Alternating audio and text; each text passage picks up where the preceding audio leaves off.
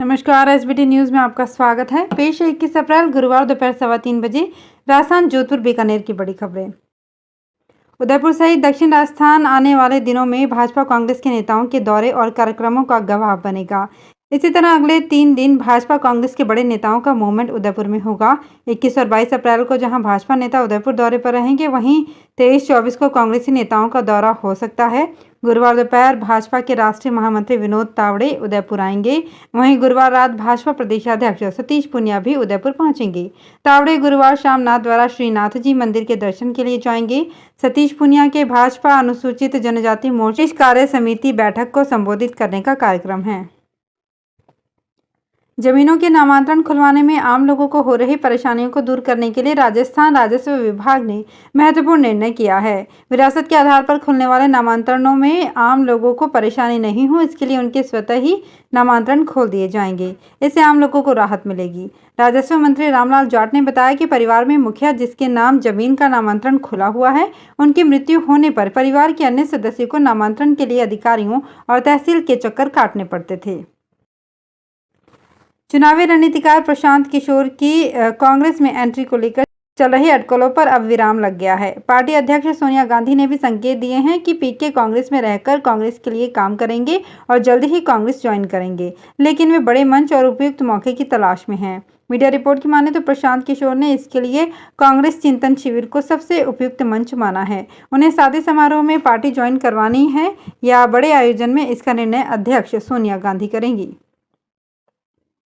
Malt कंपनियों की मांग जारी रहने तथा पैदावार घटने के कारण जौ की कीमतों में रिकॉर्ड स्तर पर पहुंच गई है। जयपुर मंडी में लूज जौ 3000 से 3100 रुपये प्रति क्विंटल बेचा गया।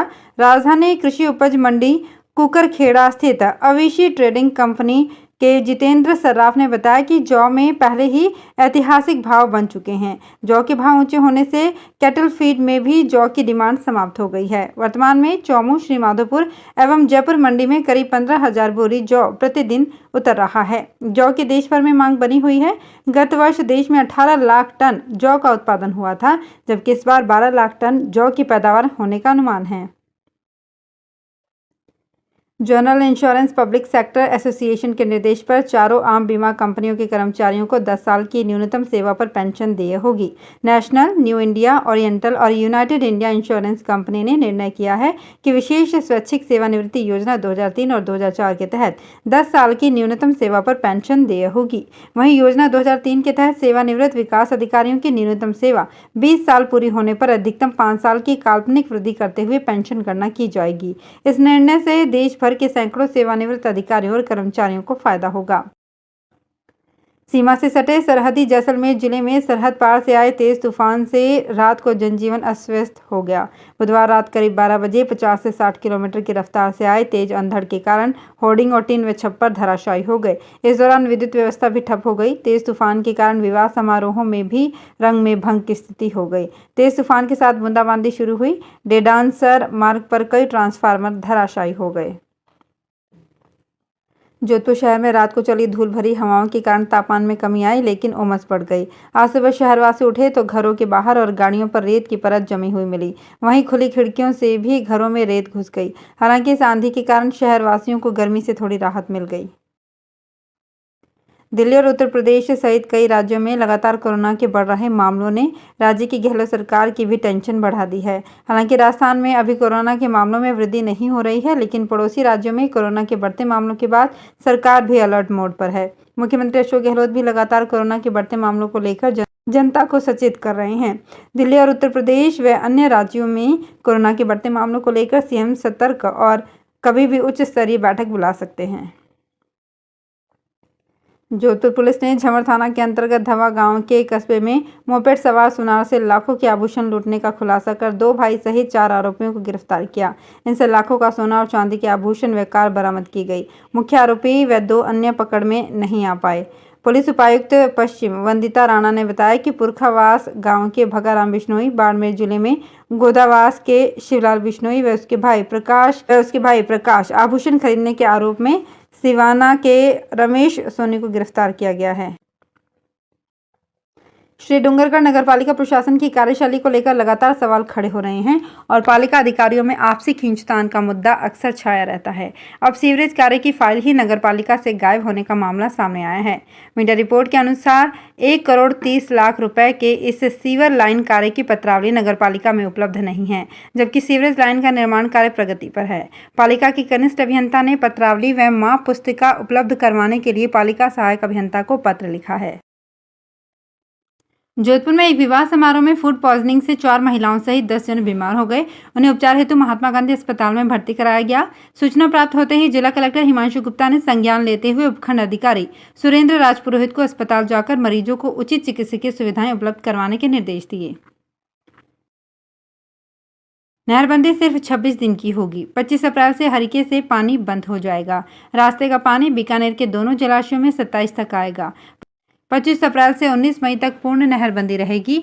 दरअसल पहले 19 अप्रैल से पूर्ण नहरबंदी होनी थी, लेकिन महीने की शुरुआत में सरहिंद फीडर टूटने से राजस्थान को पूरा पानी नहीं मिला, इसलिए उसे बढ़ाकर 23 अप्रैल किया गया। फिर भी पीएचईडी की स्कीमों में पूरा पानी नहीं था, इसलिए सिंचाई विभाग के सचिव आनंद कुमार ने इसे बढ़ाकर 24 अप्रैल किया है। अब 25 अप्रैल से 19 मई तक नहर में पानी नहीं चलेगा। बीकानेर शहर के लिए राहत की बात यह है कि 24 को हरिके से पानी बंद होने के बाद भी गजनेर और कंवरसेन लिफ्ट में रास्ते का पानी आता रहेगा। जोधपुर के जिला कलेक्टर हिमांशु गुप्ता ने मेहरानगढ़ स्थित राव जोधा डेजर्ट पार्क का अवलोकन किया तथा उसी तर्ज पर मुख्यमंत्री बजट घोषणा 2021-22 के तहत करीब 20 करोड़ की लागत से 8 मील मंडोर बेरी गंगा वन क्षेत्र में विकसित किए जाने वाले पद्मश्री कैलाश सांखला स्मृति वन को बनाने के निर्देश दिए। जिला कलेक्टर ने राव जोधा डेजर्ट पार्क के अवलोकन पश्चात पद्मश्री कैलाश सांखला स्मृति वन क्षेत्र का निरीक्षण किया। उन्होंने इस वन क्षेत्र को आर्किटेक्चर प्रदीप किशन द्वारा राव जोधा डेजर्ट पार्क का नक्शा के अनुरूप बनाने के निर्देश दिए। बीकानेर में इस बार गर्मी ने नए रिकॉर्ड बनाए हैं। अप्रैल में ही पारा 45 डिग्री सेल्सियस के पार जा चुका है। इससे अनुमान है कि मई जून में तापमान के नए रिकॉर्ड बन सकते हैं। मौसम के इस नए ट्रेंड पर मौसम विभाग चिंतित है। ऐसे में इस पर स्टडी शुरू हो गई है। मौसम के इस बदले ट्रेंड का जनजीवन पर सीधा असर पड़ा है। अधिक तापमान के चलते प्रदेश में बिजली खर्च में भी बेतहाशा बढ़ोतरी दर्ज की गई है। पूरे प्रदेश में जून 2021 में 72,774,00,000 यूनिट बिजली की खपत हुई, जबकि इस बार मार्च में ही 80,642,00,000 यूनिट पहुंच गई। उत्तर पश्चिम रेलवे जोधपुर मंडल के वरिष्ठ मंडल कार्मिक अधिकारी रघुवीर सिंह चौरन ने उत्तर पश्चिम रेलवे मजदूर संघ के मंडल कार्यालय का अवलोकन किया। इस दौरान उन्होंने कहा कि प्रशासन व श्रमिक संगठनों के बीच सामंजस्य आवश्यक है। यूपीआरएमएस जोधपुर मंडल सचिव भरत जोशी व मंडल अध्यक्ष पारस चौधरी ने बताया कि इस अवसर पर वरिष्ठ मंडल कार्मिक अधिकारी रघुवीर सिंह चौरन का जन्मदिन घेवर काटकर मनाया गया तथा माला व साफा पहनाकर उनका स्वागत किया गया। तो फिलहाल इस बुलेटिन में इतना ही। फिर हाजिर होंगे कुछ और बड़ी खबरों के साथ। एसबीटी न्यूज के और भी वीडियोस को देखने के लिए हमारे चैनल को सब्सक्राइब करें और नोटिफिकेशन पाने के लिए बेल आइकन को प्रेस करें।